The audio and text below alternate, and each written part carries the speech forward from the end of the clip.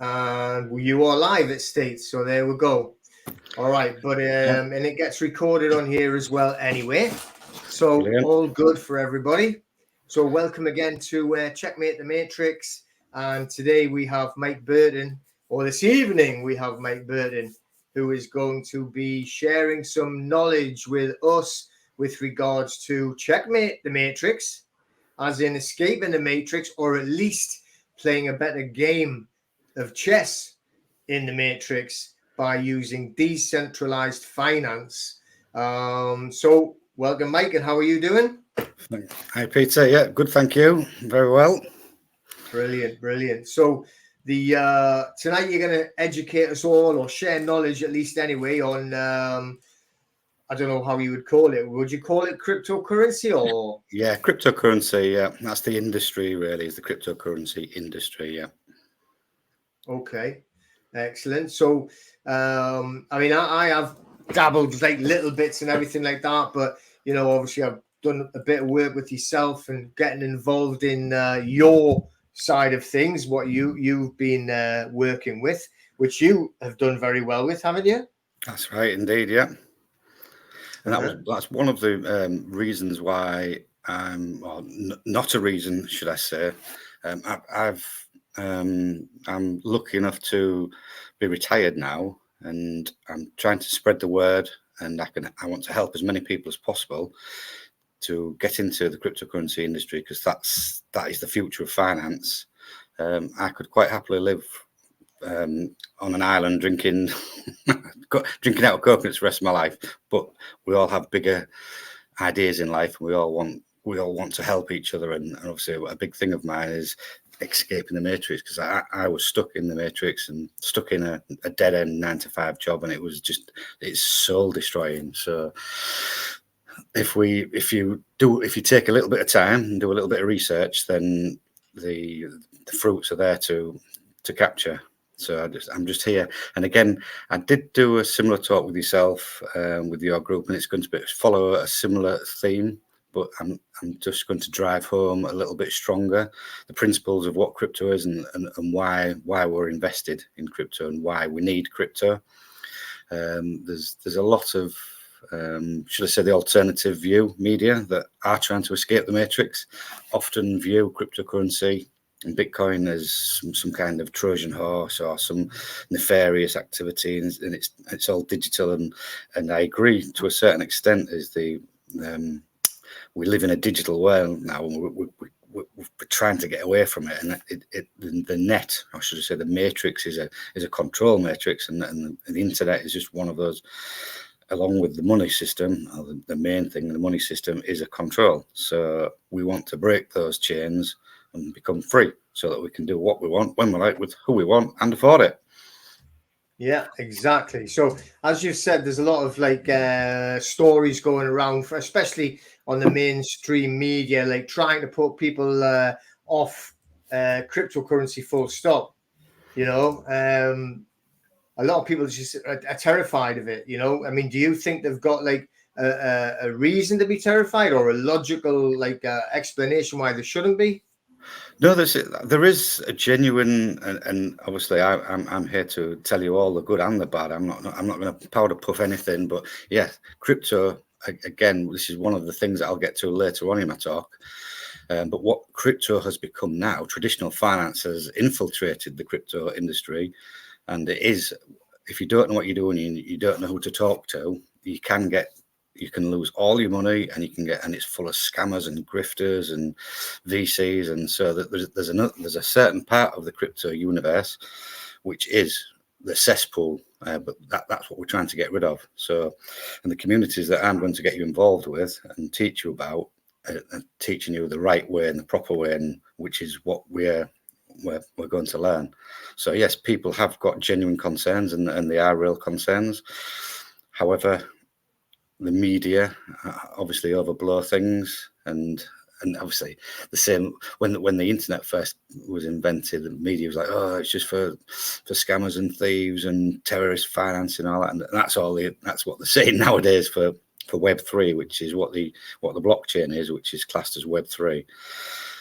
But I'll get more into that because I'm going to do a little bit of a history lesson as well. So hopefully I won't bore you too much, but just a very, very quick, just to give you a quick rundown of certain important events of how we've got where we are today. Okay, no problem. So do you want me to share those so you can go through them then? Yep, you can share the slides now if you want. All right, there we go. Right, so again, this is just to highlight crypto is the future, and the main reason for tonight's presentation is a call to action because it's getting more and more urgent, should I say. As you'll see in the next couple of slides, the financial system what we call the traditional financial system is on its knees, and it's on its last legs, and you need to have alternative means to be able to buy and purchase things and basically live, because money makes the world go round, and all the banks are teetering on the edge of collapse. It's been a long time coming. And it already has collapsed, which is why we're in the mess we are today. So again, it's traditional finance it's unfixable, and this all stems from, as you know, a lot of you will be aware of what happened in 2008, which was the great financial crisis. GFC, as they refer to it now, as the main media. Again, that was when the whole monetary system, the whole banking system, ground to a halt and came to its knees. Obviously, all the politicians absolutely were scared the wits out of it, and they didn't know what to do, because generally most politicians and most governments, their puppeteers, or the people who pull their strings, are the people who run and own the money system. So just on this slide, you can see this is a graph of actually currency in circulation from the St. Louis Fed. So all the information's there if you want to go. From the start of the graph, which is in 1920, where there was about 5 billion in circulation, as you can see. And then it obviously just steeps right up to 2020. You can see it's like a hockey stick. And that the reason for that was that obviously mainly due to the financial crisis, where they just turned on the money printers and just printed currency like confetti.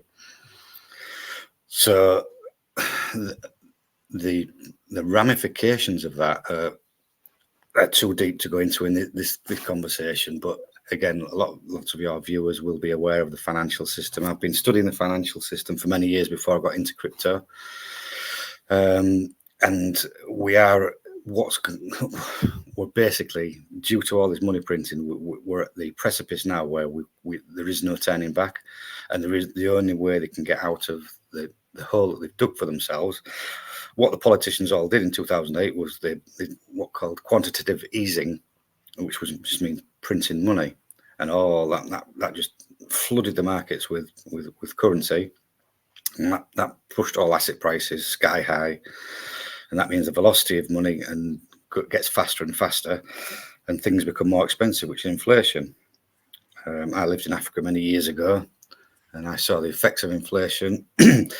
And as one of the most recent cases was obviously Zimbabwe, where the money just went absolutely ridiculous. I've actually got a $100 trillion note from Zimbabwe because they're just printing and printing, and that's what happens. And I think the first major point of hyperinflation happened in Weimar in Germany. Same thing before the war, and people used to go to the shops with wheelbarrows full of money and stuff, and that is coming. I don't want to be scare your viewers too much, but we are in. There's plenty of people on the internet where you can watch and see and learn all about these different things, but we are in such a dire situation with the financial system. And the only reason all the banks didn't go down last time, like I say, they got the taxpayer bailed them out. So we just printed more money, and the taxpayer footed the bill, and they carried on getting their bonuses and carried on as if nothing was wrong, carried on as normal. So from 2008, we've just been printing money, and this quantitative easing was basically the politicians throwing fuel on the fire, and we haven't felt the full effects yet. So the crash that is going to come is going to be much bigger and much more dangerous, should I say, if it could get any more dangerous. Again, this was just even from Bloomberg. The reason we're going to get into hyperinflation is because we're going to hit what's called a debt spiral, and we'll hit that now, where the actual interest repayments on the money that the Fed has borrowed are going to be too big to service. So they have to reduce rates, or they push rates up to try and stop the inflation. But if they push rates up, that'll make their repayments higher, so that they're stuck between a rock and a hard place, and there's no way they can go. But they will print money because that's the easiest way, and as all politicians only are there for votes, they will do what's easiest and not what's best. So we are in for a debt spiral. We're on the precipice of a debt spiral now. There's plenty of information on the internet. You can just put. You can see have you seen the US debt clock, the US debt clock website? Yeah. It shows you it's running at 32 trillion. It's just that the figures are just absolutely ridiculously stupid now. And there's no way out of some of the things that happens when you hit that death spiral. What happens in Weimar, and happened in Venezuela as well, and Cuba are having a bank run at the moment. Don't know, that's more fixed from the WEF, should I say. But what comes next is hyperinflation, bank runs, capital control, stock market crash, depression, panic, lack of food and goods. Capital controls, that is one, a big one. So when the disaster strikes, or when they run out of the liquidity, or there is a problem, they will just stop your bank accounts from working. So if you have a bank account, or just one bank account, the bank, whoever it is, whoever you're banking with, can just shut your bank account anytime. Just go, right, you don't have access to it. And it does happen, as we saw in the likes of Greece, when they had a bank run. Everybody just lost their money and they closed the banks. When they opened, they said, all right, you can have 10p on the dollar or whatever. I even put a little picture there because we had our own little bank run, Northern Rock. Again, that was because they was borrowing short and lending long. Again, it's just the people who own the money printers is not the government. People think that all this money and the money creation is all our governments. It's got nothing to do with the governments. There's people a lot more powerful, a lot more interested in control and power than our politicians, and they're the people that run the money printers and the banks. As you know, Federal Reserve it's not federal, and it's not a reserve. It's a private bank, and same with all the other private banks around the world. Bank of England is exactly the same. It's not English, and it's not part of the government. Exactly. And that's what people don't understand. And I heard that about Cuba as well. I've seen a couple of podcasts and just saying, that this week they were saying people were waking up, going to the bank, or even going online to find out that they had nothing in the bank. It's all gone. Yeah. That happens to so many millions of people in Cyprus, and it happens to lots of people but it's happened to Argentina a couple of times. They end up getting bankrupt quite a few times, Argentina. Again, some of it's a bit bigger game from politicians. Generally the games that the World Economic Forum play. But yes, so the problem you've got with a bank, and that we've never understood this, and this is why it's generally quite hard for people to understand, because this is our whole culture. This is the only way we know, and it's the only way that's ever been run for thousands of years, that you either look after your own money or you give it to a middleman, and a bank is a middleman, and at any point they can lose it and destroy it and just stop you having access to it. So and in the old days, people, to protect the money, they used to put the cash under the mattress. But as all governments are trying to ban cash as well, because again, cash it's anonymous, and it's also an essential part of society where we remain anonymous, and it's part of privacy, where if we want to just buy a magazine, we pay cash for it. Nobody needs to know our name, where we live. We just want to buy a magazine. And that's the same with online. But obviously online, when you use credit cards and everything. So the internet and the online system is a massive data harvesting subject, and the governments and people in power realise that all this information is very useful, and they can sell this information, and they can track this information, and they can get to know everything about everybody. So again, it's another form of control. So with that doom and gloom for our present traditional financial system, on the 31st of October 2008, Satoshi Nakamoto released the Bitcoin white paper to the world, which basically was a document that highlighted Bitcoin and explained how Bitcoin was a peer-to-peer cash system and how it would work. Lots of people, it was generally only people in the know back in, I suppose, generally it was a very small group of people that found out about this to start with, because they were called a small group of people called cypherpunks. And they kept it quiet to start with to see if Satoshi Nakamoto developed this system of digital money. Now, the problem that we've had in the past with anything that's digital is you can copy it, because you can just copy any data you like. So if you had a digital money, you'd be able to copy it, and which is called the double spend problem. So you could spend that money, and if you make another copy of it, you can spend it again.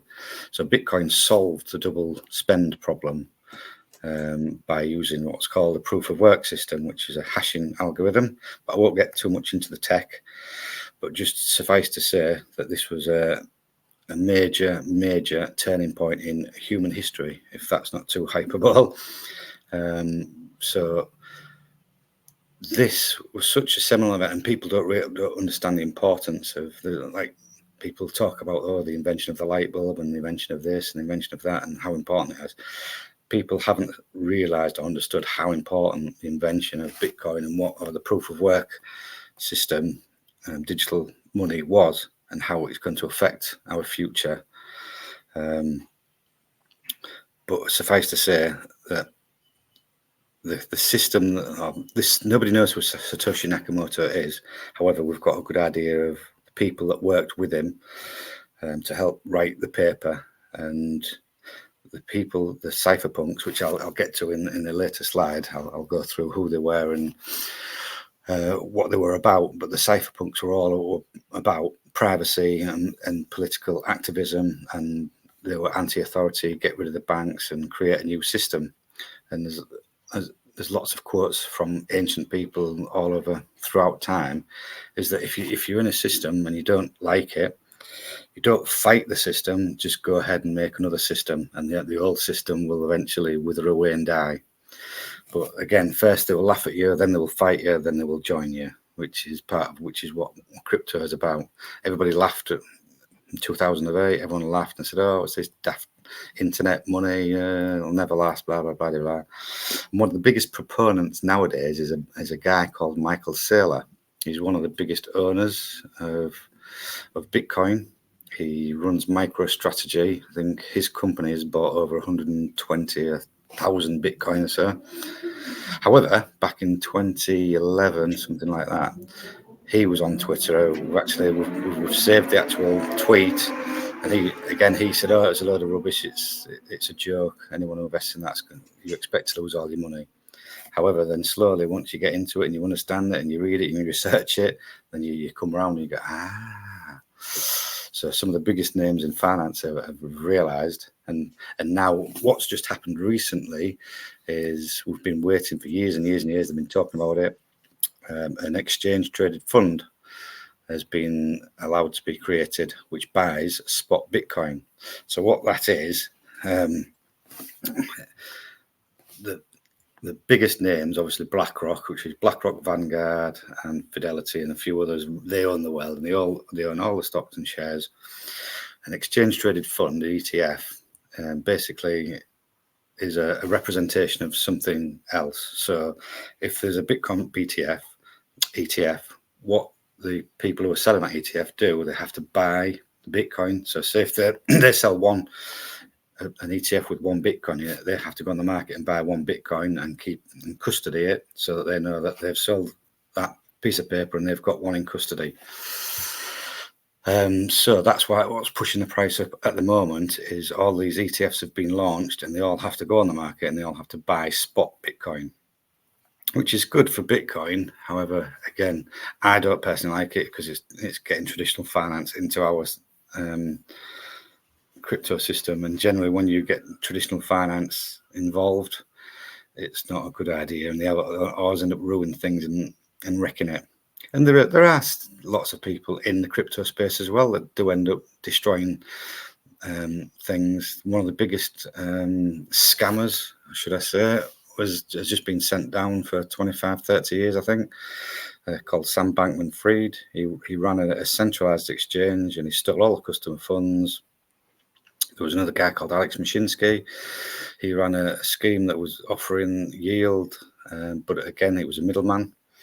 And so the thing with crypto, these ideas and things come from traditional finance, and they move away from the core ideas of what crypto was involved. So crypto is about you becoming sovereign and self-sufficient and not relying, not giving your money to a middleman. Crypto is invented to get rid of middlemen, so that it's just peer-to-peer. So I can send you money, you can send me money. There's nobody else involved in it. I don't have to ask permission from a bank or anything. It's you and the blockchain, should I say, and then you can send money wherever you want, whenever you want, to whoever you want, and it's super secure because it's called cryptocurrency because it's cryptographically and secured. So with the invention of Bitcoin, it came out in, like I say, and the white paper was released in October 2008, and soon after they started the actual network running. So it wasn't till 2009 till it really started taking hold. However, nobody knows who this Satoshi Nakamoto is. It's a big mystery in the crypto world. Nobody knows. He's just disappeared. He's one of the largest holders of Bitcoin, but his funds have never moved. Nobody's ever seen those funds move, and we all think he's either dead or just disappeared. However, in the blockchain that they created for Bitcoin, there was a secret message. The Genesis block just means the first ever block that was made. So in the Genesis block, he referred to, you can see the front page of the Times, which is Chancellor on brink of second bailout for banks. So that the guy, well, Satoshi Nakamoto, we don't know who he is. We don't know if it's a male or female, or it could be a group of people. But whoever it was, they were really quite annoyed at the fact that we was bailing out all the banks. And again, the cypherpunks who helped create this Bitcoin and blockchain were absolutely livid, like all of us, all those taxpayers were, that all the banks got bailed out. There must be a better way. There must be a better way, and there is a better way, and it was developed and came to light in 2008, 2009. It was called Bitcoin, which was absolutely one of the greatest inventions that we'll ever see in our lifetime. It was, like I say, it was a paradigm shift. People, even now to this day, people don't understand how important it is. But believe me, so it was one of the most important, like I say, one of the most important inventions in human history, because for ever since humans have had money and had government, should we say, or people in power, so the kings and queens of old, before the banks, it was the kings and queens that had the power to issue coins, and they held all the money and they held all the power, and that power just transferred down the line. So as humans, as a species, as a society, we've never been able to create or look after our own money until Bitcoin and the blockchain was invented. So I've just got there's a quick video here. I don't know whether it'll play that. Shall I try and play that? It's a 2-minute one. Yeah. Try it. Oh no. I'll try and go back. Does it give you an opportunity to? It says the slides on here. No. Just Oh well, back. it was a little explainer of what blockchain is, because a lot of people get confused between what Bitcoin is and what blockchain is. Bitcoin and blockchain are interchangeable. It's the same thing. People say, "Oh, well, I like blockchain, but I don't like Bitcoin." Well, you can't have one or the other. It's Bitcoin invented the blockchain. However, there are other projects now that use the same technology and created a blockchain. However, it was Bitcoin that created the first ever blockchain. And when you talk about blockchain, it's the proof of work system where you're hashing blocks together in a chain. That's all it is. So you have a certain amount of data, and you put it in a block, and you secure it, and then you create another block, and it's hashed and they're all connected in hashing in certain encoded along the way. This little video, I'll send it if anybody wants it. I'll send it to them, or you can get it on YouTube. I've got a PDF as well to follow this talk, which highlights all the different links that I'm going to talk about. I'll put like when we're finished, I'll put all, like, if you send us a link for the video plus all the other ones, and I'll put it in the description when we share it out. Okay, yeah, brilliant. So going back to, I did mention these cypherpunks. So Bitcoin and cryptocurrency, and it's called cryptocurrency because it's cryptographically secured. And cryptography is not a new thing. It's been going on for hundreds of years. The kings and queens and dignitaries used to encode messages to send across the battlefield or to send to private people. So cryptography has been about for hundreds of years. However, a cypherpunk is any individual advocating widespread use of strong cryptography and privacy-enhancing technologies as a route to social and political change. There's just a few guys on here that I've just highlighted. So these were the four main people in the cypherpunk movement.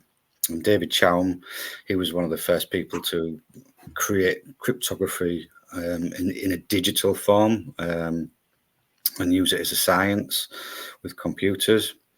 Eric Hughes, he was a really important person in basically what we call one of the founders of the cypherpunks, and he was like one of the main proponents. He was a visionary who could see what the internet was, where it was going, and how it could affect our privacy. And he also had friends Timothy May and John Gilmore. And again, John Gilmore is another massive person in the crypto universe. Not so much cryptocurrency, but in the cryptography. So there's two separate things I'm talking about there. Cryptography is a separate computer science that lots of people study and stuff. But they want to use cryptography for the benefit of society. Back in the day, I think it was John Gilmore here on the right. He was one of the inventors, founders of an organization called Electric Frontier Foundation, and they could see the problems that could be caused with the internet and privacy issues, should we say, with government and snooping. And obviously the governments always have the best technology, and they're always the military arm of it. And again, cryptography it's a very secretive subject, or it was a very secretive subject, because it was always cryptography was always kept in the military service, should I say. And the Electronic Frontier Foundation had a couple of really massive wins back in the day. There was it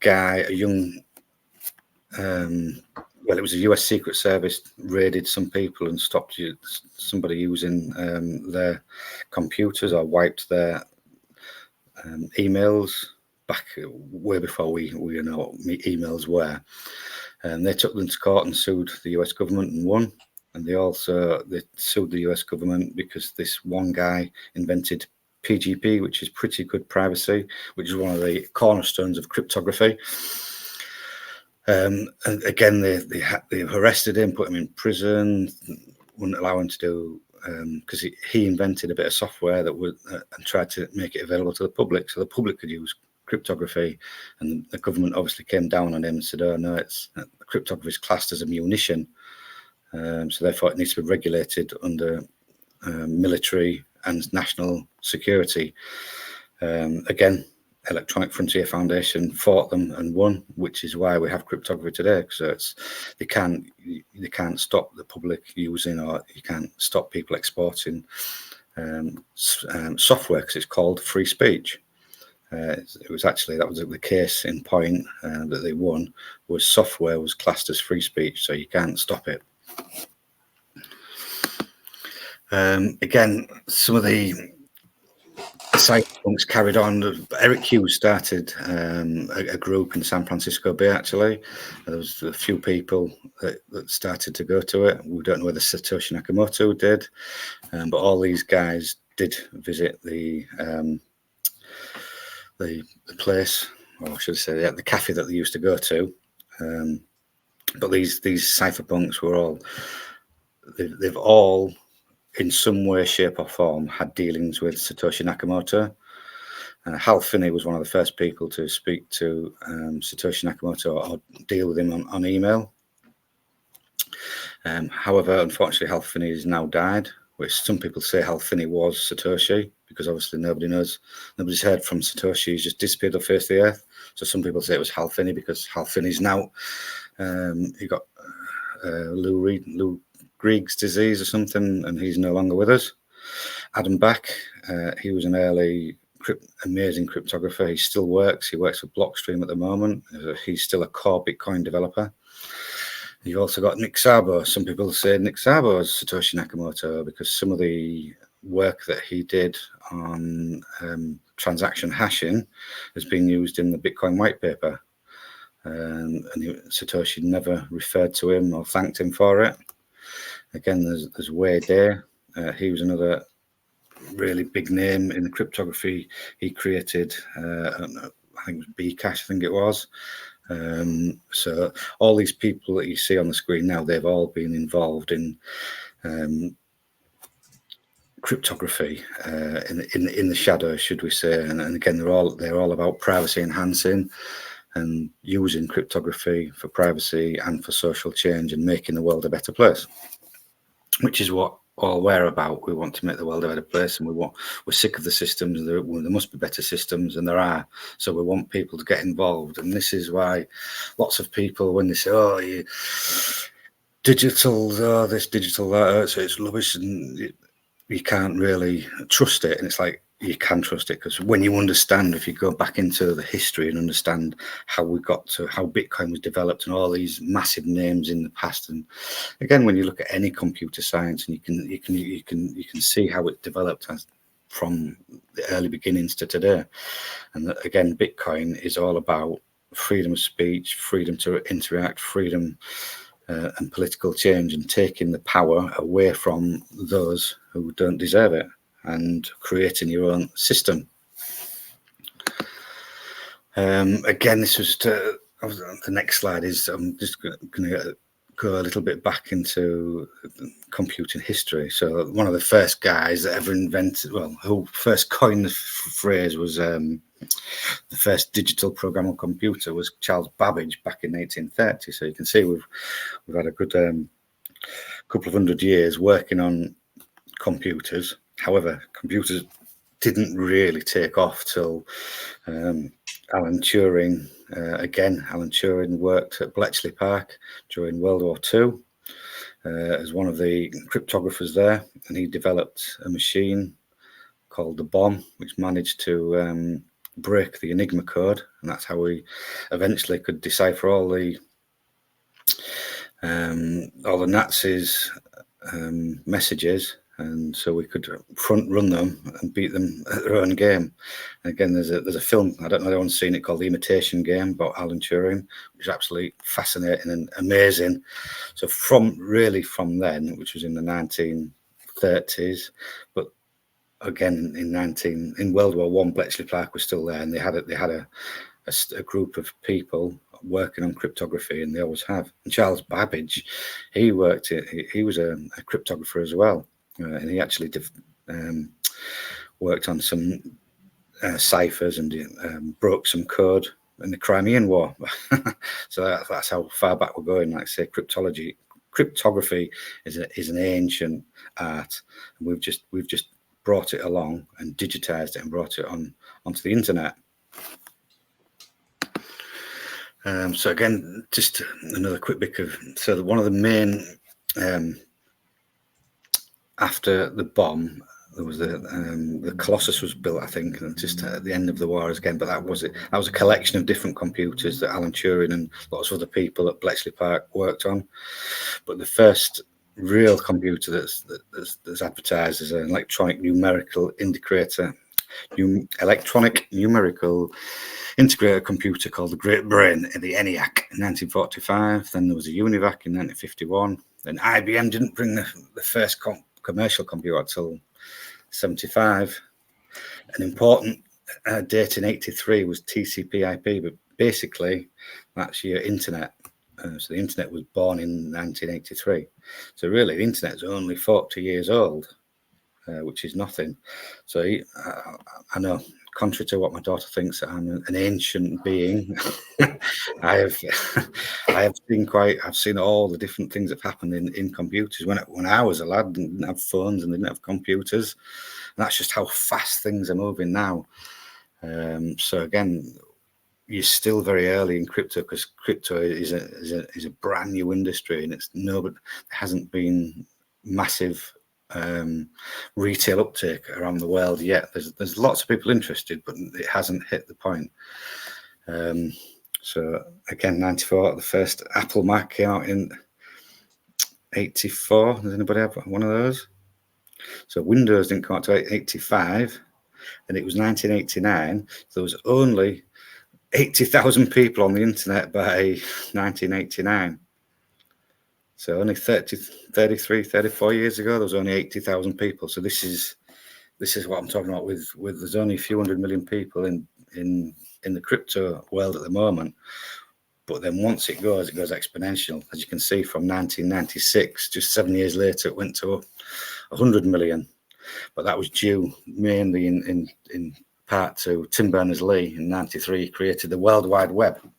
When people talk about the www, that's the World Wide Web, and they use that interchangeably with the internet. So the internet was not the World Wide Web; they're two separate things, which was TCP/IP, Transfer Control Protocol over Internet Protocol. Again, just boring stuff but I'm just trying to give you a window of how we've got to where we are today in the digital world. And then obviously there was a dot-com bubble. Everyone thought they was going to make millions of pounds in pets.com and everything like that. And that all collapsed in the year 2000. So again, that was just giving you a timeline, and going back to those previous people who I was talking about, like David Chaum, Adam Bach, Nick Szabo, the real cypherpunks in the 80s. So they tried creating. So Bitcoin wasn't the first iteration. There'd been lots of other attempts at creating like a digital money. The problem was that most of these projects had a central point of failure. And again, that's where the governments can come in. If like you or me tried to counterfeit money, obviously the police would come in, put us in jail, and you can always cut the head off a snake, as it's always been. So none of these projects have ever got off the ground because the government wouldn't let them, powers that be wouldn't let them. That's why Bitcoin is so amazing, because it doesn't have a central point of failure. It's it's all about decentralization. But some of the projects, like DigiCash, that was David Chaum. He invented it in the 80s, and that Weidai, he invented like B-Money. And then Adam Bach, he tried Hashcash, and there was Nick Szabo, he tried BitGold. So all those names there were in the early cypherpunks. So all these people were amazing, clever scientists, philosophers, and cryptographers that have tried doing these things, and it was only Satoshi Nakamoto that managed to fix the double spend problem, and then use the proof of work system, which meant sending the few important parts of the Bitcoin network. So you have like nodes around the world which secure the network, and you send information, and they're all these different nodes all around the world are decentralized, and so that's what we call not immutable as such, but more decentralization, which was one of the key features of Bitcoin and proof of work. So everybody each node has to confer with each node around the world, and it's not done like a bank. A bank has a central repository where all the information goes to a central holding person or database, whereas the thing with Bitcoin and cryptocurrency, all the information is spread out all over the globe, and we all confer with each other. So again, so Bitcoin is a culmination of ideas. It didn't just come out of nowhere. There's lots of people, all cryptographers and cypherpunks, and people working for years and years and years on all these different ideas. But the main points of what Bitcoin espoused was decentralization by using a proof of work. It created an immutable ledger that nobody can crack it, nobody can change it, so it's mutable. And obviously, with cryptography, there's obviously amazing digital security that cannot be broken into or tampered with. And again, the Bitcoin protocol code, there's a finite supply, so there's only 21 million of Bitcoin that can ever be created. So whereas our governments just create money out of thin air and just press the money printers, they go, hey, and that causes infinite. That's why we have inflation. Nobody really asks the question, what is inflation? Why do prices go up? And they go, oh, well, that's just because the greedy capitalists are putting money on trying to take advantage. And it's because of the rates. And it's madness to think that everybody thinks, oh, capitalism is so great. Yet there's just 5 blokes sitting in a room at the Fed Treasury every few months and decide what the rates are going to be. So they decide what happens to all the money around the world. Just 5 blokes. And that, to me, that seems more like communism than capitalism, but you can't mention that, and nobody seems to notice that little thing there. So again, Bitcoin was the first iteration of blockchain, and like I say, I can't stress enough how important it was and what an amazing invention it was. Also, because it spawned from cypherpunks and political activists who were anti-authority and hated the banks and want to create a better system. All these really clever, intelligent programmers and computer scientists and everybody, all generally computer nerds, all got involved to start with, which is why. And then there was lots of other coins and lots of other projects that all kicked off. And it's the same with any technologies. Same with computers, with the exponential growth of computers, and from just like 5 years ago, 10 years ago, they're unrecognizable. Same with phones. It's just the speed and the technology is getting better and better because more people come along and you improve on things. So although I don't hold any Bitcoin, I strongly respect Bitcoin for what it did and what it's done and how it's created the crypto universe. It's old tech now, same as I watched Netflix, but back in the day when VHS and beta videos came out, we used that and we liked that and we stuck to that. However, things move on onto streaming now and Netflix and all the rest of it. So that's just part of life and move on. So I love Bitcoin. It'll always be here to stay, and it's not something because it's so valuable now. One Bitcoin is like $65,000 just for one Bitcoin, and back in 2009 you could buy them for pennies. So the rate of your return on investment is something like 6 million%, which is absolutely crazy, or 60 million% or something daft. So if you just invested back in 2009 or 2010, if you just invested a couple of £100, you would be a very rich man today if you stopped and you held on to it. So this is the problem with the Bitcoin. This is with the crypto industry, is it's turned that to be a massive casino, a speculation casino game, when really it should be, and you should view it as an investment in your future.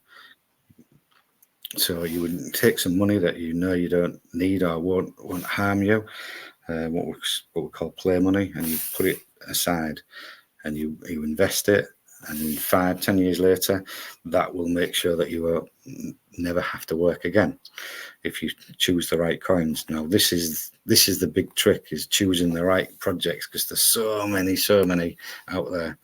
Tens of thousands of different coins and projects. So you need to know what you're doing and how to invest in crypto. Same as the stock market. There's thousands and thousands of companies that you can invest in, or you can invest in penny stocks, which could go up, it could go down, and lose your money. But the traditional finance, again, has infiltrated the crypto industry, and they tend to run all the advertising, and all the advertising that you'll see about crypto is trading. You get your trading, you got to learn to trade, you got to trade this, got to trade that, learn to do these signals. And back in the day, I think it's a badge of honor. You still have to do it. Most people who get involved in crypto do a little bit of trading. I did. Everybody does. It's part of it. But I think it's also good as well, because you learn about charting, and charts are just a visual representation of the psychology of the market. So again, that's one of the great things.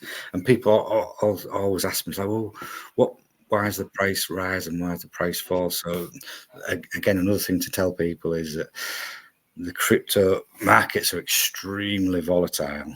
Whereas the S&P 500, you might invest in the S&P 500, you might get 5-10% return on investment over a year. It's like, for massive companies that invest in millions and millions of pounds, that might be good for them. But for us average working people, getting 10% back on £100, it's 10 quid, which is no good for us. It's not going to change our life. However, you can have life-changing money in crypto, but sometimes it happens overnight. But generally, you don't want to focus on that. You're focusing on, you're joining a new financial system and you're investing for your future. Lots of people get bored, so the price goes up. So what happens in crypto is we go through a 4-year cycle. So basically, we go up for 2 years and we go down for 2 years. And people will say, why is that? And that's because every 4 years, there's an event called a Bitcoin halvening. So the supply of Bitcoin gets cut in half. So if you have the same amount of demand, but only half the supply, which pushes the price up. So every 2 years, the price gets pushed up to ridiculous levels. And then when it gets overvalued, everyone goes, oh, and starts selling, and the price goes down and we start a bear market. So that happens like every 4 years, which is why the price goes up. But generally, if you buy Bitcoin, you can sit through a bear market because you know it's going to go back up again in the next bull market. So which is, again, one of the main reasons why I'm having this conversation with you again tonight, Peter. Mm-hmm. Is this call to action? We need to get people. It's like lots of people have heard about crypto, and it's like, I've heard about it. And it's like, it's not about, oh, do you want to invest? This is not about, do you want to try and make a little bit of money in the stock market now? The traditional financial system is on its knees, and if you rely and keep all your money in the bank, you're going to lose it one day. So we need to move. Anybody that's interested in beating the system, getting away from banks, escaping the matrix, you have to get involved in crypto. And I understand the genuine reasons why people can be put off, but it's the same with everything. And you need to just this is basically right. You've had some time to think about it, and here you need to start to act now, because we're just coming into a bull market as well now. So it's a great time to get involved, because you're going to see some really exciting action in the next 6 to 12 months. It's going to go crazy. And because traditional finance is broken, it's like, well, they'll just print money and it'll just carry on. We'll kick the can down the road, which is what they have been doing for the last 15 years or so. And they think they can carry on doing that, but you're not. You're going to get to an inflection point, which we're nearly at now, where you hit a death spiral. So we need to make we need to get out and get into crypto. It's not just like, oh, it'd be nice to, and oh, well, it's too complicated. I don't really understand it. It's like, if you use a phone, if you use a computer, and if you use a bank account, then you can use crypto. I don't go with anybody saying it's too complicated. It's a lot of rubbish. There's no such thing as too complicated. Everybody has a phone. Everybody knows how to download an app. Everybody uses a banking app. Everybody uses a credit card. So if you can do that, you can use crypto. If you get into the backgrounds of all the technology and how the hashing algorithms work and everything, yes, you will get confused, but you don't need to know that. All you need to know is that you create a wallet and you become your own bank and you keep your own money. And people say, well, what the financial systems? Oh, there's always been doom and gloom, and you'll always see people saying it's going to collapse. They always say it's never going to do. It's like, fair enough. If you want to take that risk, that's great. However, I know there's other things down the line that are happening. And on this website, you can see here, there's a little picture there, and I've copied that off the CBDC tracker. So that's an actual website where you can track what banks are testing digital currencies. So every central bank around the world is testing digital currencies. So it's my opinion or my view, and the same of quite a few other people in the industry, is like, what they're going to do, or what we think they're going to do, is the banking system will collapse. That's why we have bank holidays now, because when there's problems, they just shut the banks and it's called a bank holiday. That's why we have bank holidays now, because they used to do that in the olden days to stop the markets from screaming and getting out of control. So if the banks do go down or something happens, they will take the banks down. However, say if you had £1,000 in the bank, you don't see that anyway, because it's just digital figures on a screen. When you look on your banking app, or when you look on the cash machine, it just shows, it's just digital representation. You can't actually see that money. You'll never see that money that you've got in the bank unless you take some cash out. So we think the banking system may go down, and this is when they'll close the banks for the weekend, and then they'll just say, oh, don't worry, there's been a problem, but all money now is central bank. We have to use these new digital currencies. So if you had £1,000 in cash in your bank, now you'll have £1,000 of digital currency, which will be, you have to use their digital currency. However, I'll tell you a little story about why I was late to crypto. I knew about Bitcoin back in 2009. However, I'd listened to David Icke, and he was talking about, oh, they're going to create this digital enslavement system and money and stuff, and I believe that, and they are doing that. However, I thought Bitcoin was it, and I thought, oh, there you go, that's it. And so I stayed away from it. It was only in 2017 when I actually decided to go have a look at this and did a deep dive, read the Bitcoin white paper, and then the light bulb came on, because when I understood and learned all about the cypherpunks and how Bitcoin came about, and all the previous development, and who's involved in cryptography and the crypto industry, like they're our kind of people. These are the people that we want on our side, that we want to join forces with, because CBDCs are the digital currencies that are going to provide total Orwellian control.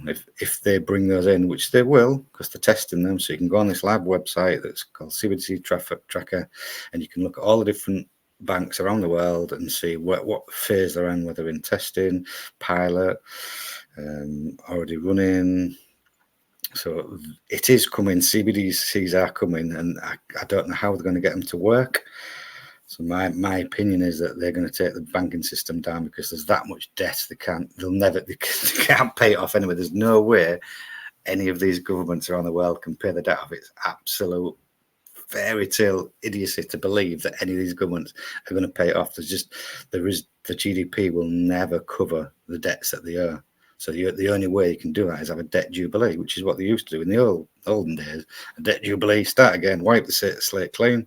So when this wipe the slate clean, they'll issue CBDCs. And when they do that, that means they can decide where you spend it, how you spend it. They can track, they can see where you're going, where you're moving, who you talk to. if you've had too many burgers that week, for climate change, they'll say, no, you can't buy no burgers this week. You've had too much meat. They can tell you your money won't work on the bus or taxis if you've had your allowance, or you're only allowed to buy one plane ticket a year or one train. There's a million different things that are all well in control, and it's not fairy tales or craziness.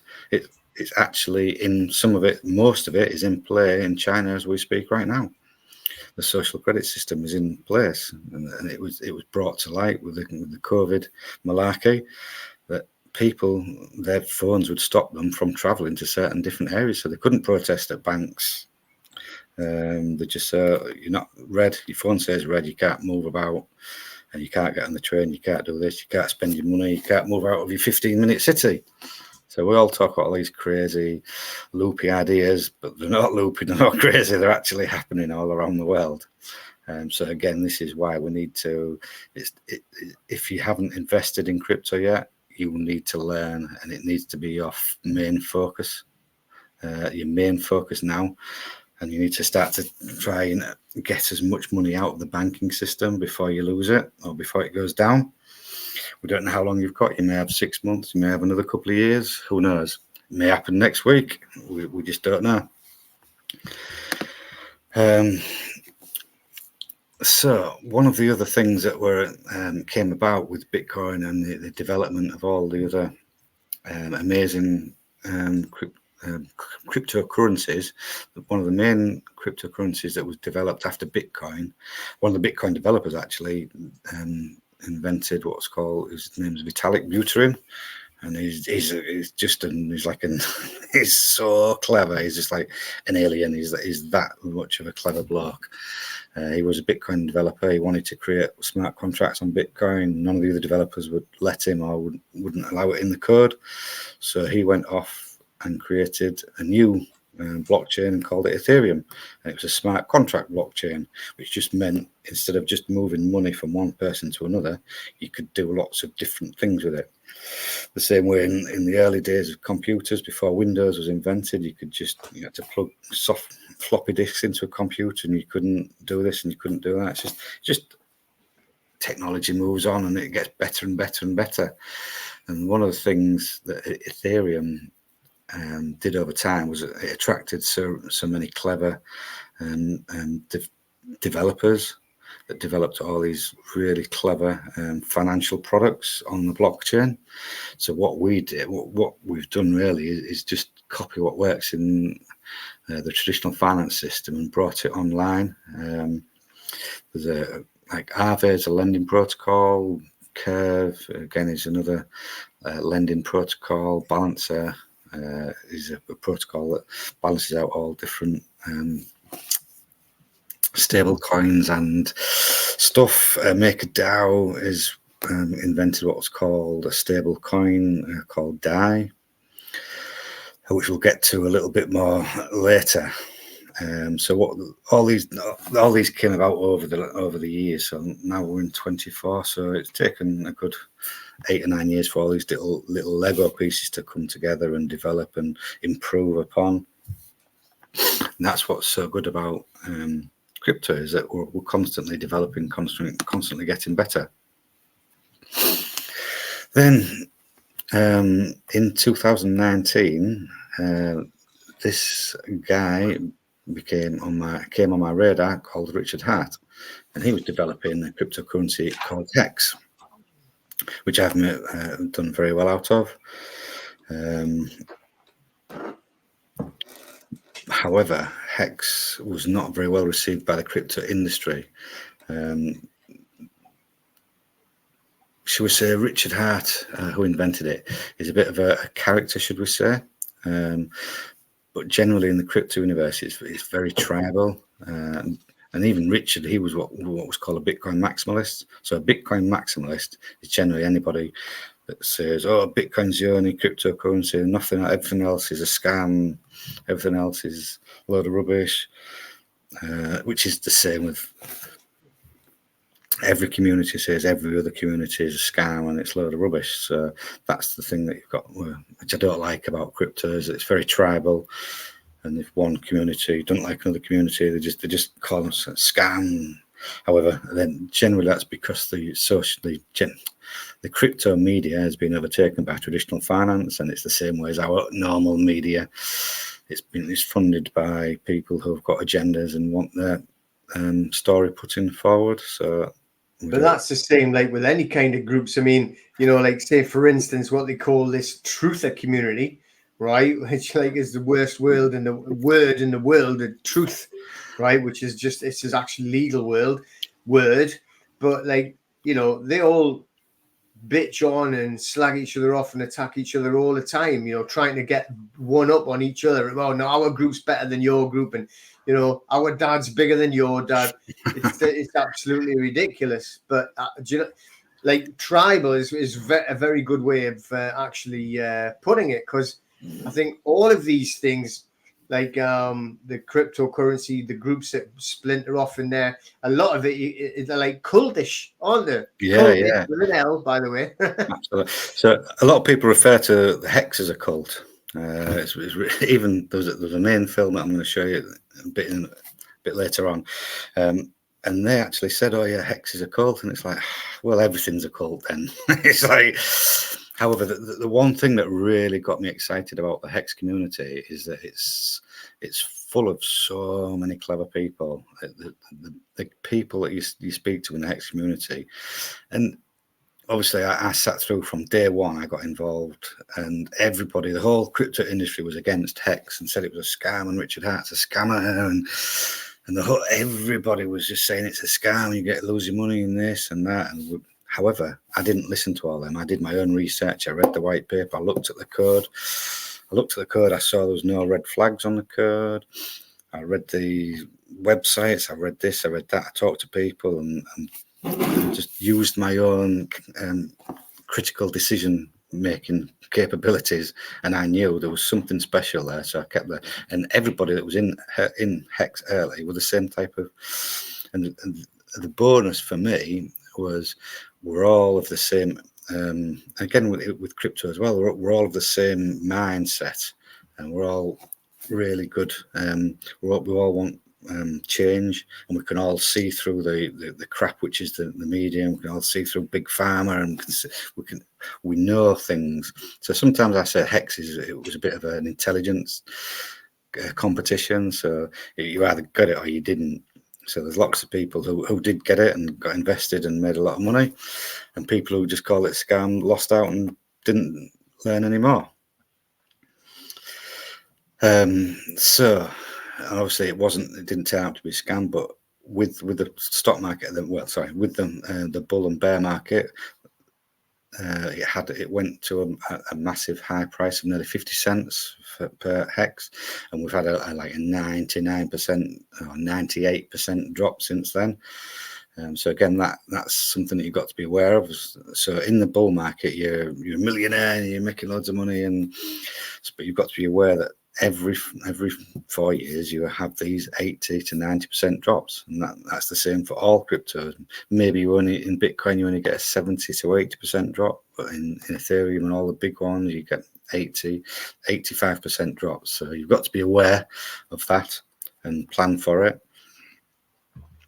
However, because Richard was a Bitcoin maximalist, he was creating blocks. He actually had a Bitcoin node and was at a Bitcoin miner, and he was he was collecting Bitcoin, 50 Bitcoin at a time, back in the day when it was like $2. So but before he got into crypto, he was already a self-made millionaire from. It was a serial entrepreneur. So before he came to crypto, he was already a millionaire.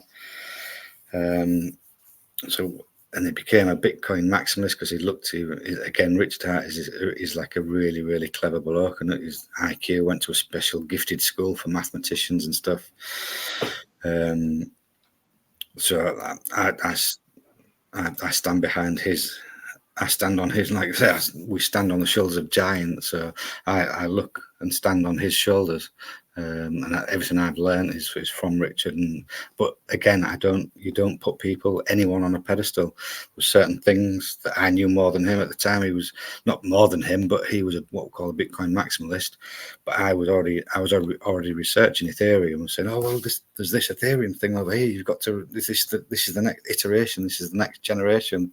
So Bitcoin was generation 1, Ethereum was generation 2. And then there was generation 3, which is basically a proof of stake. And we're going to get onto generation 3, which is what I believe Pulse Chain is. So Richard Hart created Hex in 2019. And then he went on to collect some money, which was called a sacrifice, or you could have called it an idea or an investment. Sorry, not an investment, but he was creating a chain because Hex was becoming very expensive to use on Ethereum. And again, Ethereum is the most popular chain. It's where all cryptos use and work. 90% of all crypto happens on the Ethereum chain. However, when you use Ethereum, you have to pay like a gas fee or like a transaction fee. So say if I was sending Peter 10 quid, the gas fee would be 20 quid. And it's like, well, that's just stupid. It's costing me more to send you less money, which is, again, so Richard was really annoyed at the success of Ethereum, and it became too expensive, and it stopped the average person, the man on the street, should we say, from using Ethereum because it was so expensive. All the whales and millionaires and stuff didn't care. They're quite happy. You don't mind paying 10, 20 quid for a transaction fee. If you've got millions, it doesn't matter. However, to get new people on board and get the masses involved in crypto, having 20, 30, 50 dollar transaction fees to use a blockchain was just absolutely stupid. It defeated the object of what crypto was invented for, to bring on the masses. So he started to develop a new chain called Pulse Chain, and basically it's using the same source code as Ethereum, and he developed Pulse Chain, which actually launched back in last year. It's been launched nearly a year now, so there's been some developments, lots of development on it, which I'll get to in a minute. So again, this was just talking a bit about Richard Hart and who he is. There's some really good interviews on YouTube. That one that says "How Billionaires Making People Rich." That's a really good interview. He's wrote self-help books. He's raised millions for charity. And one thing why a lot of people don't like Richard is he become very flamboyant with his money. He starts flashing his watches, and he started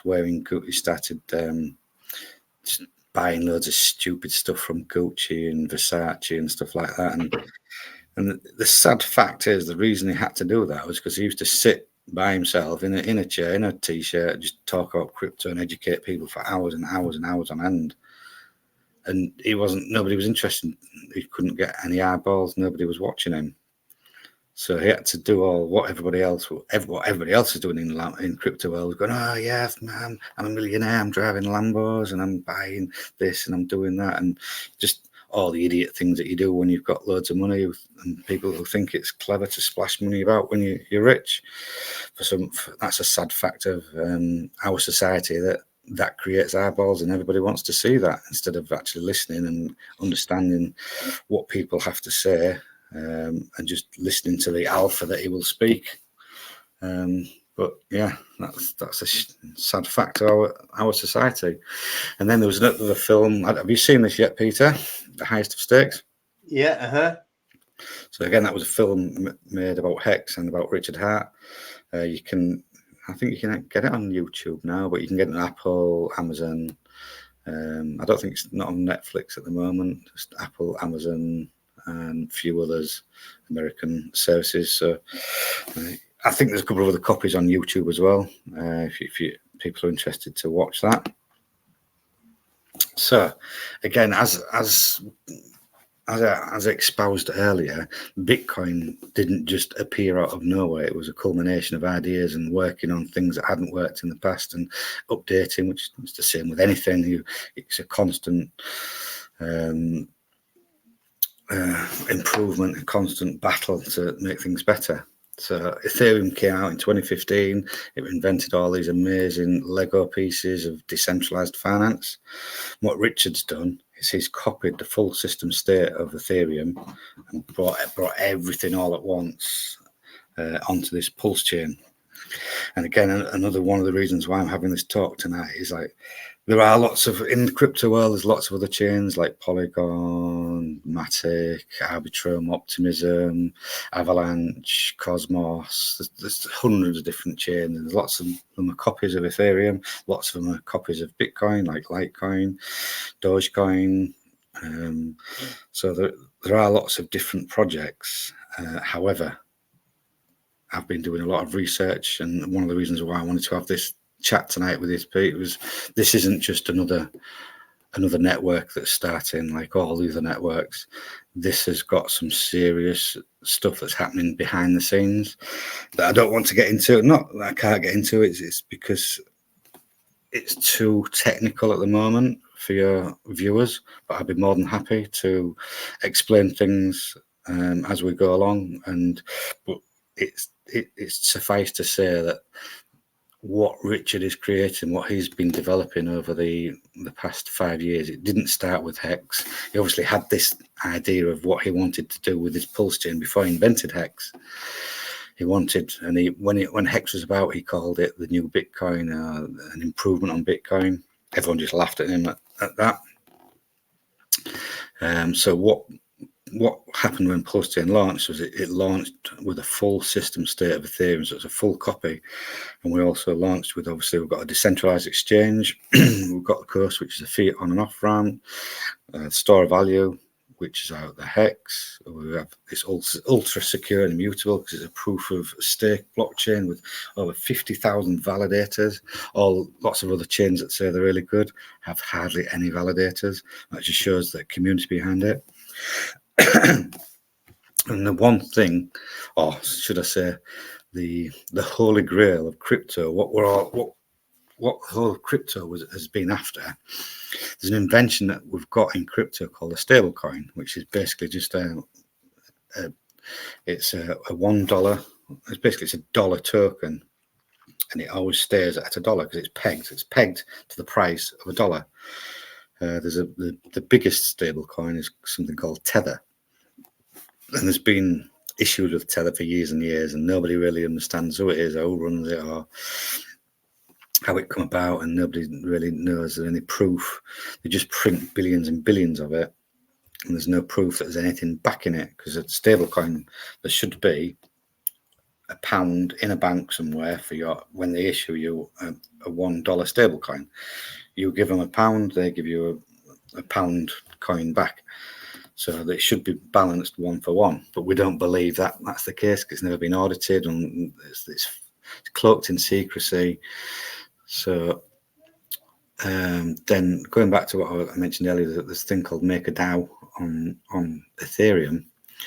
They developed what's called an algorithmic stablecoin, whereas you can issue it if you provide collateral, but over collateralized. So you provide £1.50, and we'll give you a £1 coin, because the collateral stays in the vault, should I say. So that's generally how an algorithmic stablecoin works, because it's over collateralized, so if people don't sell it all down and destroy the system.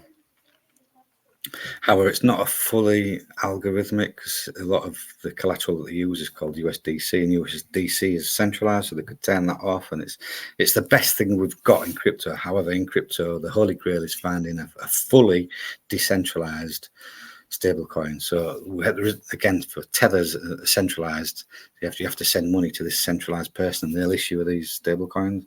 Whereas the holy grail of crypto is where we want to create an algorithmic stablecoin, where we can just go to a protocol, give them our collateral, and then print a stablecoin. And what I can say is that that Holy Grail we think is being developed now behind the scenes with Pulse Chain. Another thing that's happening is liquidity bonding, because Pulse Chain started off with a really clever, engaged community of hexagons that have now migrated over to Pulse Chain, and all the developers and builders and the community. The thing about crypto is generally, if you haven't got a community, your project won't succeed. You might have the best idea in the world. However, if you haven't got a community behind you, it won't succeed. And Pulse Chain has the biggest community and the best and most intelligent community. And all the things that have happened in crypto and that's created a cesspool, everybody in Pulse Chain, everybody in the hex system knows what the bad things are and how and why we've got there. So we want to create a new, better system. So we're cleaning it up. Same with Richard. He knows the best way of what DeFi is and what crypto should be, and he always teaches his people the best way of how to use DeFi and how to use crypto. So the Pulse Chain is full of really clever, autonomous people that really know about crypto. The rest of it's all just fluff and games, should I say. So again, this is just so these are all the influencers. I know you can't read many of them, but this is pictures of all the different influencers, the people that talk about Pulse Chain. So there's hundreds of them. You won't see anything like that in any other chain or network. There just isn't that many people. So that we have the biggest and best community. Not only do we have the biggest community, we have the most active, engaged, and motivated and clever, and everybody's doing their own thing to create to push Pulse Chain and make it better. Again, we've got an ecosystem. There's hundreds of different avenues of things that, again, it's only a year old, and we're nearly at the same amount of projects that are on chains that have been running for years and years, and some don't even come close to what we've got. So again, that's that. What I'm trying to say is that Pulse Chain is, although the price of Pulse Chain at the moment, which is like the core coin, it's not doing very well. It hasn't done very well. However, that's not a measure of success in crypto, because we do know that we've been in a bear market and we know it will run. But the things that are happening behind the scenes are creating a whole new financial system. So Richard has been well aware of what's happening in the real financial system, because he's a multimillionaire and he needs to protect his money, and I'm sure he knows what's happening behind the scenes himself. And that's why there's a certain coin, an algorithmic stable coin that was copied over called DAI. So as it's on Pulse Chain, it's called PDAI, and we're going to create our own algorithmic stablecoin called PDAI. And people might not understand how important that is, but basically, once we've got that, an algorithmic stablecoin, and another thing with the community, because they're so clever and engaged and motivated, what we've learned, instead of how crypto's done in the past, is people buy and sell, and the price goes up and the price goes down. All our community understand Hart's Law, which is a coin that a term that Richard Hart created himself. There's understanding how prices work and why they go up and down. And it's generally due to liquidity, of the bonded liquidity in pairs when you trade in them. And a lot of our community understand that, and we've developed a new system, and we've started using liquidity instead of just buying and selling cryptos. And if you go on a certain other chain, so let's say Solana, it's just full of memes, and people just push the price up to the ceiling and then they sell it back down again. But what we're doing is creating a new financial system. And some of the communities that we've got on this chain, there's like 9 inches of community, which is it's a meme DEX. We have a Tropa, which is one of the main liquidity or the PDI, should I say, one of the PDI narratives. There's what it says there, 414 wallet. There's a developer called Maria, and he started developing lots of tokens. But what he's been doing with them has been bonding the liquidity and messing about creating a new token that's linked to that token, and the bonded liquidity is that, and then he's been burning liquidity, so he can't game the system. So we have what's called benevolent people and benevolent builders in our system that have created something where if they'll benefit if everybody benefits, but they can't benefit from the system, because what's happened in the past in crypto is somebody will create a token, they provide the liquidity, the price goes to the moon, they pull the liquidity out, and then everybody's stuck with the tokens and they can't sell their tokens because there's no liquidity, but the founders run off with loads of money, which is just basically a scam. So what Maria's done in the Tropa system, he's burnt the liquidity, so it's locked, so he can never access that now because he's got rid of the key, the admin keys, but that liquidity will forever stay in the pool. Again, the same thing with SolidX and Axis and NERP. A new thing that's just come out in the last few days is Gifford Tech. Again, it's another thing. Basically, they're using a new protocol and liquidity bonding and burning.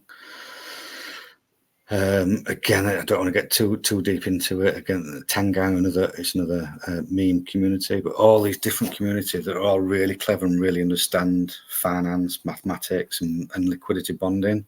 And these are the two people that are creating the backbone of the Pulse chain. So when it does actually take off, we've got everything in place for this new financial system, and there's going to be that much money that pulls it in. Because people, again, let's just say, for example, let's play Magic Carpet Ride scenario. So Richard Hart is a probably billionaire now.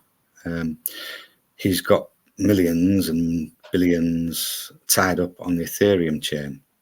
Now he's created his own chain. Do you think he will move that money to his own chain that he's created?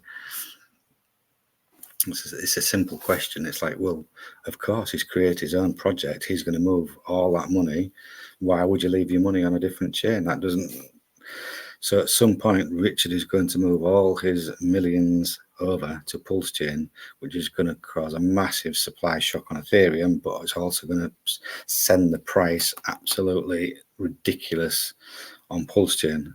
And then once, because Richard is very well known in the community and people watch what he does, and again he's very connected to lots of big money because he's big money, so he's connected to all the big money in crypto, and when they see him moving his money over to his own chain, they know that that's going to pump it, so that will cause more money, and then it'll just be a positive feedback loop. And everything that's happening with the bonded liquidity, it's again that's going to cause a positive feedback loop. So there's so much that's happening in the background. It's like, oh my God, when this goes, this is absolutely going to fly. And it's not just another chain, and everybody else will tell you their chain is the best and their coin the best, but it's just standing back and taking a bigger picture view of it's not just like one coin or this coin. It's the community and all the pieces of the puzzle. We've been collecting them, we'll put them all together, and then it's like a rocket ship, and we're just getting all the puzzles together, and then we're just going to light the petrol very soon.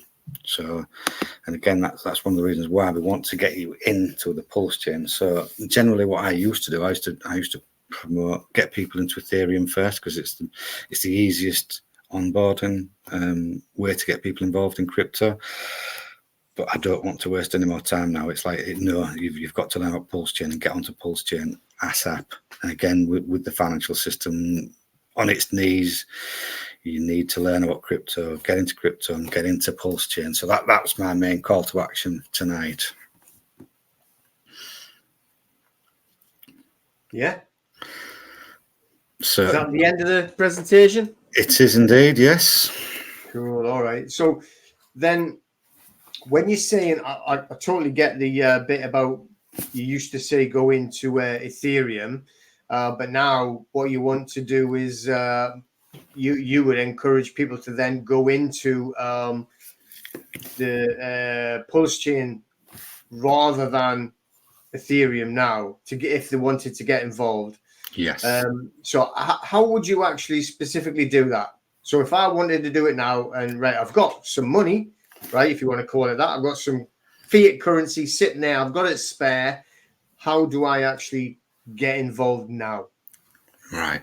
Again, that's a bone of contention, but unfortunately we have to use what's called a centralized exchange just to start to get into crypto. So that basically you have your English money, your pounds, your dollars, whatever, and you need to swap those pounds for crypto. So therefore you would have to use what's called a centralized exchange, same way as you use a foreign exchange when you go abroad. You want to change your English money, you want to get some foreign money, so you go to a foreign exchange to change your money. It's the same thing with a crypto exchange. You want to change your English money for some crypto money, so you go to a crypto exchange and you send in from your bank to the crypto exchange, and then you can choose. The crypto exchange lists all these hundreds of different coins and projects and tokens, and you just decide which one you want to buy, like a big shop. So if you've gone onto an exchange, right, name one. Well, normally, the one that I used to promote was Kraken, based in America. However, they don't support Pulse Chain. So there's a European exchange called Kanga, Kanga, and you can actually buy Pulse and Pulse X, which I don't think I really went into what Pulse X is, but Pulse X is it's a decentralized exchange on the network. So once you're into crypto, once you've got a little bit of money in crypto, then you can use decentralized exchanges, and that means you can swap your coins for any coin on the network or what's available, and you don't have to.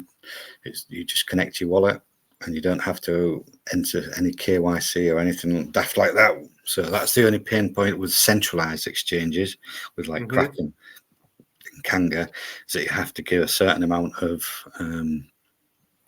personal information.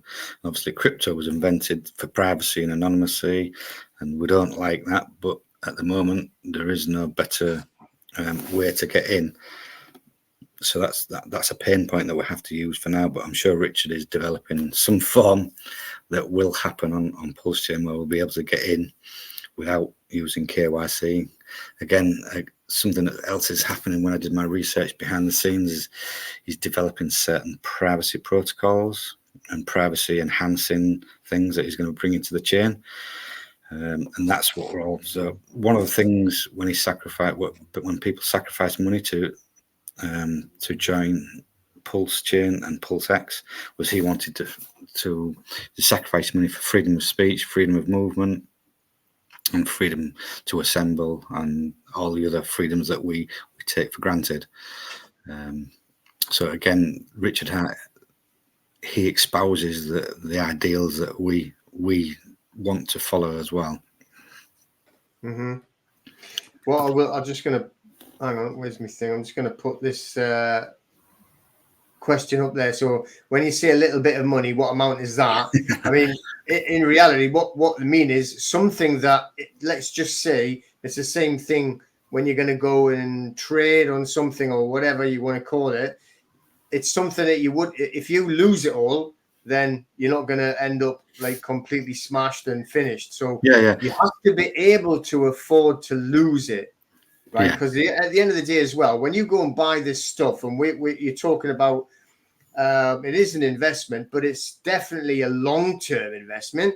It's not something you want to put in there and say, right, I want my money back tomorrow, and it's 10 times higher than what it was, which is what a lot of people, for whatever weird reason, seem to expect. Yeah, because people think of it, and they use it as a gambling, like the lottery type things. Like sometimes you can put 10 quid, 100 quid in, and you can make 1,000, 10,000 pounds out of it, and that's what. And again, that's the gambling mentality. And if your mate down the road's done it, it's like, oh, well, I want to get in as well. And it's like, and that's not the mentality we want. That can happen, and it most probably will do coming up in the next 6 to 12 months, but we're not getting involved before that. We don't want to have the gambling mindset. We want to have an investment mindset, but we also don't want to use your food money or your rent money. You want to use your money that you can afford to lose as such. Again, I don't really like that phrase because I never had enough money to lose, but I took a risk. So again, it's understanding the risk profile and what your risk appetite is, and never invest in crypto on crypto. Don't take loans out or credit cards or max anything daft like that. But if you have a nest egg, or if you can borrow some money from a friend that you know that you can pay it back, or you're not going to cause any harm to yourself, which is the main thing. So again, a little bit of money is different to everybody. It depends what you're earning, how much money you've got. Some people only have £100 in savings, some might have 20, 30,000 in savings. It's totally personal to you and what matters to you. However, if you've got over £10,000 in the bank, then yes, you need to be worrying about that, keeping it in the bank. Yeah, that's, again, people think if you're really risk averse and you really don't want to invest in crypto because it's extremely volatile, like one day it can be up 50%, next day it can be down 20%, next day it can be up 10%, next day down 70%, and so it's volatile in that way. So that's why stable coins are invented. So you could have £30,000 in the bank, say, or £10,000 in the bank, and then you can buy £10,000 worth of stable coins, and that will stay forever, £10,000. So if you are risk averse, you can go straight into stable coins. You're not going to make any money, but you ain't going to lose any money either. Mm-hmm. Yeah, I mean, the thing is, I mean, everybody has a choice, and if your choice is to like leave it in the bank and you think everything's going to be fine, then it's your choice to do it. No one's going to argue it. Do what you like. Right, but all we're saying is we need to give information out because the world is changing at such a rate. Okay, we already know, like, everything that's going on with Russia. We are at war with Russia. God knows what is going to be going on over the next, like, up till January next year. The insanity that we're going to go through, we've never ever seen before, and no one has seen before in this lifetime. No. Right. Again, that was one of the things I wanted to say. The financial system is part of that, and I'm not saying it is Russia against like the West either, because I think they're all in the same. I think the two heads of the same coin, and they're all in it together. And I do think that it's just a big pantomime. And I'm not saying it's a pantomime where people don't get killed. Of course they do, because that's the plan. They want millions dead, so that's what they're doing. But part of that, it will be they are going to crash the fiat currency. So whatever is in a bank is going to literally disappear in a split second. And you don't have to listen to anyone on here. Don't have to listen to Mike. Don't have to listen to me. Just go and listen and read people that are in the top of the financial world. They are telling you that the whole thing is going to crash. Go on to Mike Maloney. He's been telling you for years. It's all going to disappear. It's going to crash, right? So there is no other option. Yeah, you know what I mean? So you can leave a couple of million in the bank if you want, but I tell you what, it's going to be gone in a split second.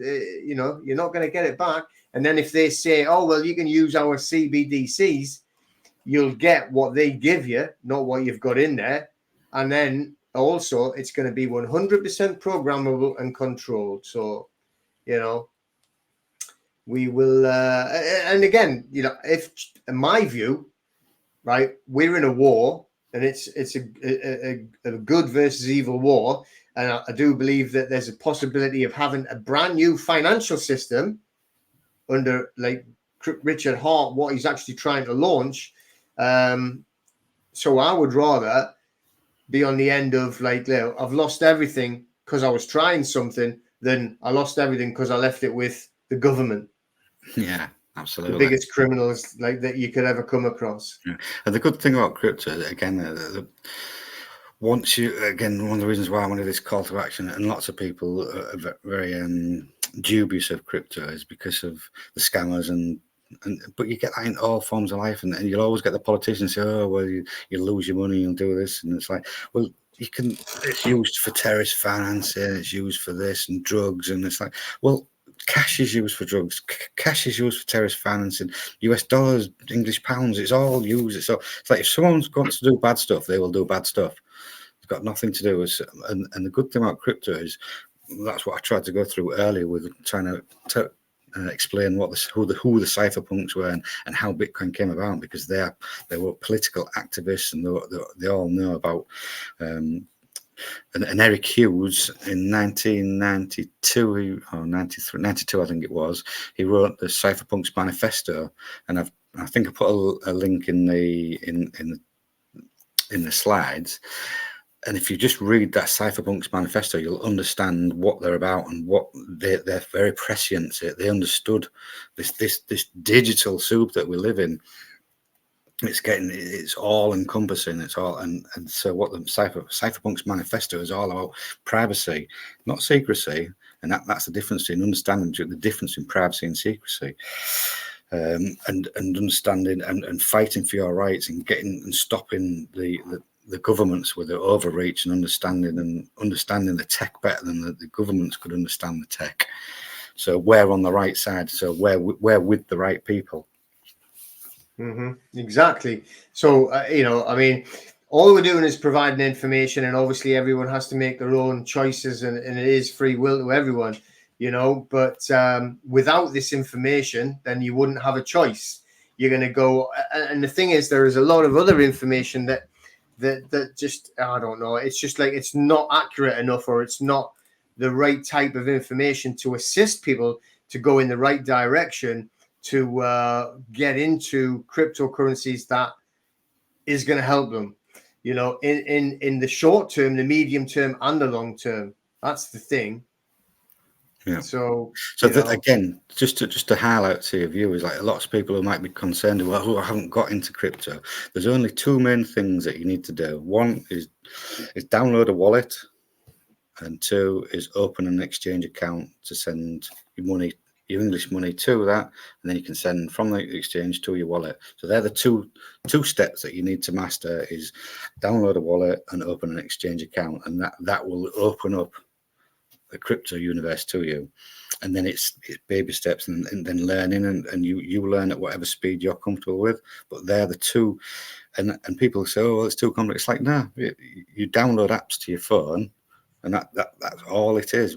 A wallet, which means that you're the bank and you own your own wallet. Same way as you've got a wallet in your pocket, nobody can take it off you. It's your wallet. You have a wallet on your computer that nobody can take off you, that's secured by private cryptography. So you have that wallet, and then nobody can take it off you. So that you can download it, and it's the same way you download loads of other apps on your phone. So you can't download a wallet to your phone or your laptop. It's very simple and very easy, and you can open an account. You've got a bank account, so you know how to open an account.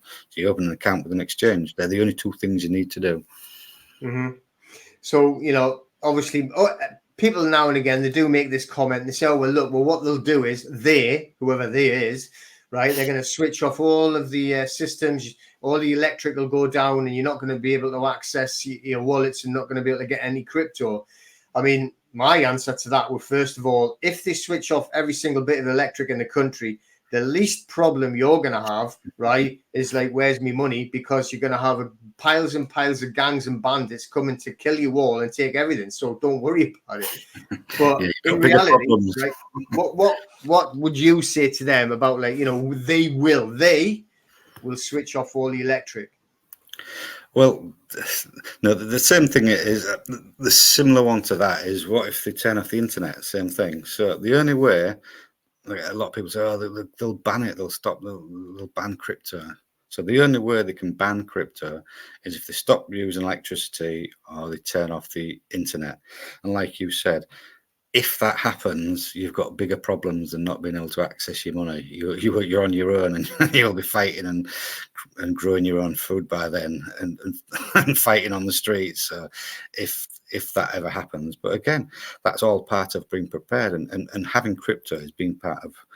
Again, it's, and one of the things that I was going to talk, and I see crypto as like having a knife when you're going out and adventure camping. It's like a knife is extremely useful. It can do all sorts for you. and it can help protect you against bears and animals. However, that same knife could be turned upon you and could kill you. So it's just a tool that you use for the benefit. So you use that tool for the benefit of yourself. And again, all the people that are involved in this.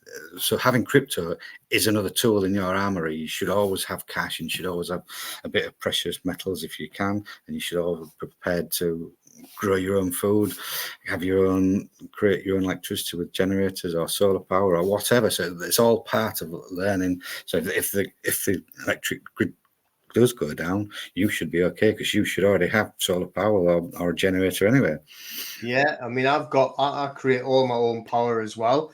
So, you know, that's the way everyone's got to start investigating that. You know, I've been doing it for a while, and, you know, ask other people that are like engineers that have done it. How do we work these batteries and link batteries together? You know, like in the garage, and I've got them lined up, you know, so that they work like similar to these people who would get it on the roof and have it piled down.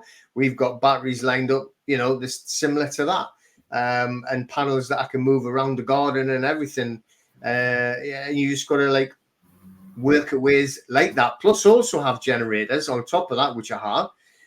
You know, you've got to think of these things like that, because it's pointless like trying to leave everything to the government. The whole thing, right, about freedom, right, is to get away from government control and not rely on anyone else, and to like worry and think about, well, I need someone to look after me. Well, you're fucked then, and that's all there is to it. So you've got no chance no matter what happens. You know, if that's where you want to rely on someone else, and you're looking for someone else to hold your hand and save you and ride over the horizon on a white horse, then you're in the shit, and that's all there is to it. Absolutely. So, you know, just what would you say? Maybe it's not the best one, but like Nicola's asking there, what would be the best wallet? But what would be a good wallet, right? If you wanted to open a wallet, What's generally used for most Web3 applications is something called MetaMask. However, if you're going to be using Pulse Chain, which I want you all to do, I would download what's called Internet Money wallet. Again, these links I think are in your school. So again, there's another one called Rabbi, which is very good for Pulse Chain. But yeah, so MetaMask, Internet Money, or Rabbi. They're my three choices. But again, there's a couple of others. I think there's a Pulse wallet. There's also Aurochs wallet. But generally, it's a MetaMask is what everybody used to use. I'm moving away from MetaMask because it's run by consensus, and there are some security issues with that. And Internet Money was developed by a Pulse Chain developer, and it works perfectly with Pulse Chain. It's nicer, and it works cleaner and more intuitive. okay, that's cool. So you would look at like initially opening up like or whatever you would call it, a joining or an account, you know, with that Kanga, which is the exchange, yes. Yep. But so then again, when we actually get involved with it, then you want to move it in so that you could use like PulseX or anyway a decentralized exchange once you've actually got yourself involved. So once you've got the how we like to explain what exchanges are is just view them as public toilets. You go in, you do your business, and you come out again. So same way as when you go to a foreign exchange, you go in there, you change your money, but you don't ask them to look after your money for you. You obviously take the money with you and you go on your holiday. So same thing with an exchange. You go in an exchange, you change your English money for crypto, then you take it out of the exchange and put it in your own wallet. You don't want to leave it with them. You wouldn't leave it with your foreign exchange desk. Yeah, exactly. But your own wallet, right? That's like you having your own bank, isn't it? That's you, yeah. That's your own bank. And with you having your own bank comes a certain amount of responsibility. So you have, when you open a wallet, you have a certain amount of seed words that secure this wallet, which give you your private key. And those seed words are mega important, and you write them down, you keep them safe. and don't let anybody see them. Don't give them to anybody. They're your fail-safe.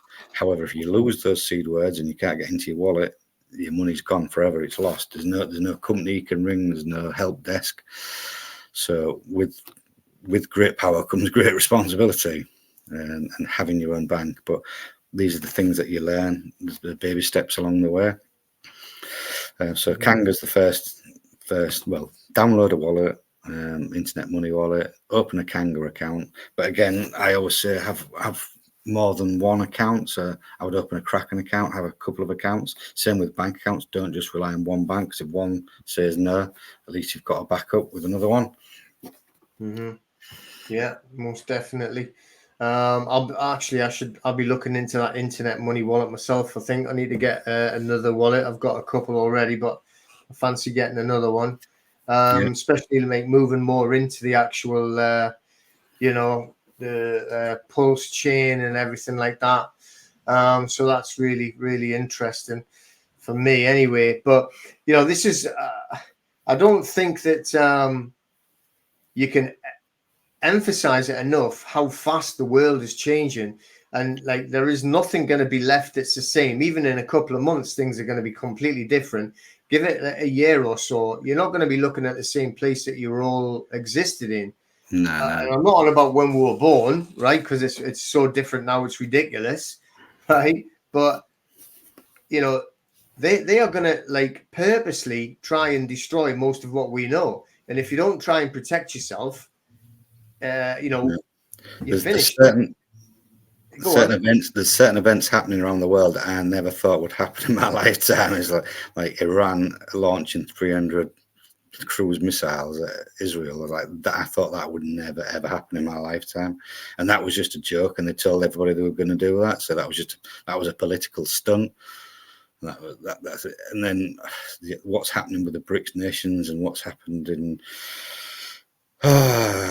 all these other countries, and then you've got Macron saying he's going to send troops to Russia, and it's just like it's just getting beyond the mental joke. There's so much that's happening around the world. It's like you can't keep track. There's that much happening, so I ain't risking it.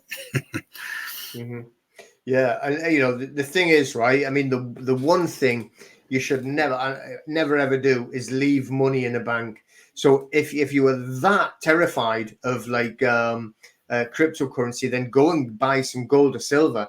Do not leave it in the bank, right? Because it's just going to go.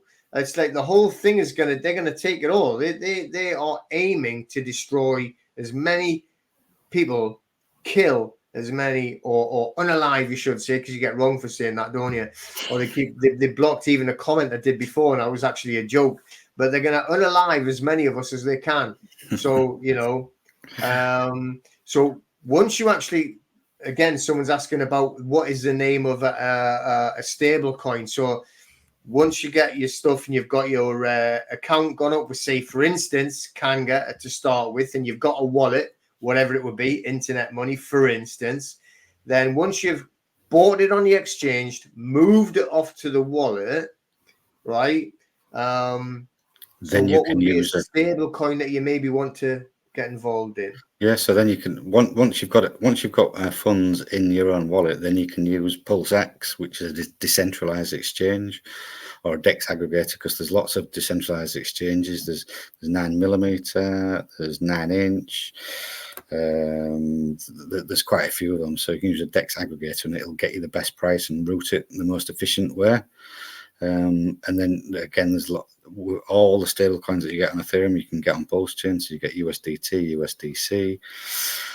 Obviously, you're going to DAI, which is going to peg to $1 at some point, which is a little thing that we need to. I've told you about before. I think there's two projects which I mentioned called the Tropa. They're going to. And the DAI is going to be a stable coin. So there's actual DAI from Ethereum that you can get on Pulse Chain, which is $1. But there's also the copied version, which is PDAI, which is going to end up becoming $1.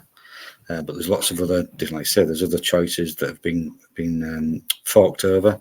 And then there's PXDC, which is an algorithmic stable coin on the a lending protocol side. Then there's USDL, which is another liquid loans. So that there's loads of choice for stable coins on Pulse Chain. Yeah. So again, that's another sort of like choice. If you were like risk averse, then you can go on to like a stable coin where you're not going to have to worry about the prices going up and down.